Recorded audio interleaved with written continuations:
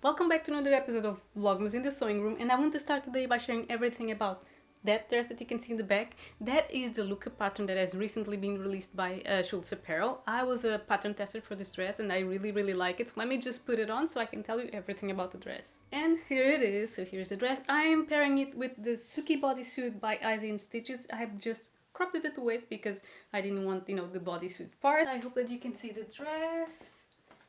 White boots. This. I'll try to add some better images or pictures right here so you can see the dress. I have some notes so that I don't forget what I have to tell you. When I actually saw that she was going to release this pattern to be tested on Instagram, I was not interested. I couldn't really see the style lines in her version. Then she sent the email and I saw the style lines and I fell in love with this version. This is version C. I'll put the style lines here so you can see. You have option A, option B and option C, and all of them have a back panel. You can see right here, it is like a faux sheared kind of panel. It's made with elastics instead of with shearing, which I've never done. So with elastics is kind of self-explanatory. So I'll put the size chart right here so you can see I've done size 36 or size 6 in inches. The dress is actually recommended to be done in cottons or linens and fabrics that have more structure, let's say. I've chosen to do it on a viscose because I am a fan of viscose, and I had to adapt a little bit, of course, to make sure that it would keep the structure. So what I've done in this area is kind of a corset belt kind of area that you can see here on option C. What I've done is I interfaced both the main fabric and the lining in this area to keep the structure and keep it as, straight as I could. The next thing is the back, and as I said, this back area at the back is kind of a faux shearing area. It's done with elastic instead.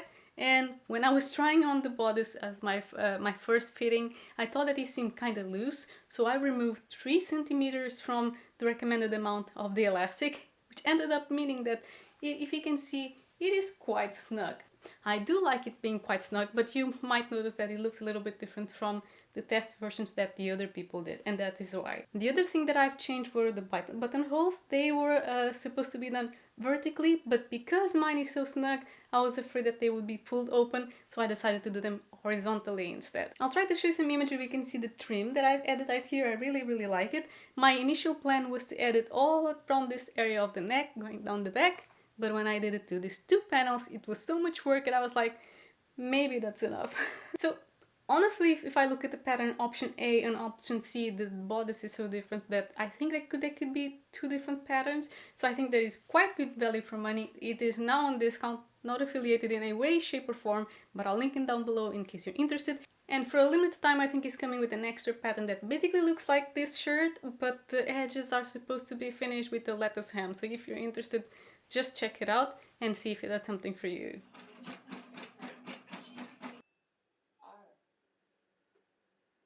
And then I'm going to also add peppermint striping too. Now, updates on my other projects. By the way, thank you everyone who voted for the sewing pattern for my Christmas dress. I have it right here. I've cut up most of the pieces. I still have to cut up, I believe, the sleeves. And the reason why I had to recut the PDF pattern entirely is because in my previous version I sized down.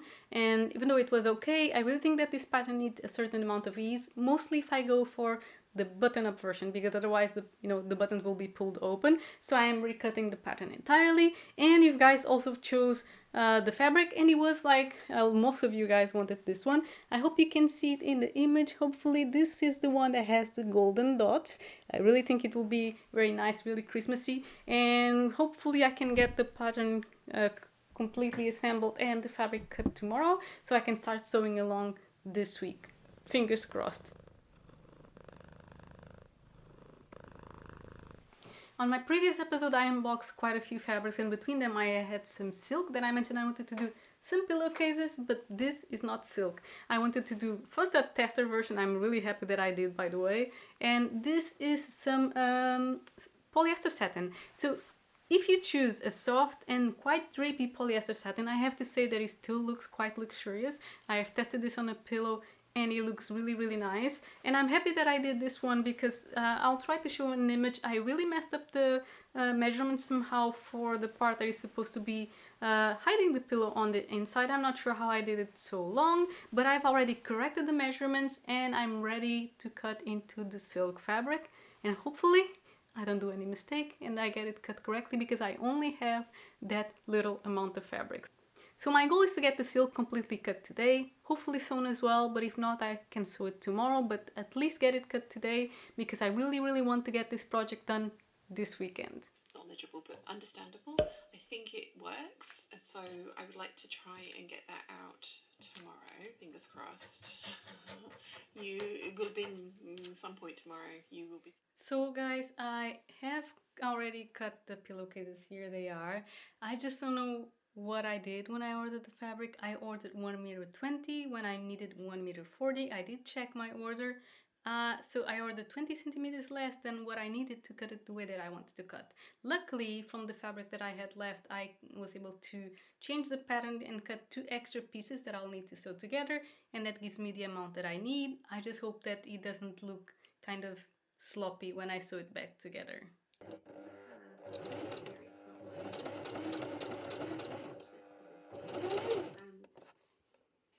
But yeah, those comments.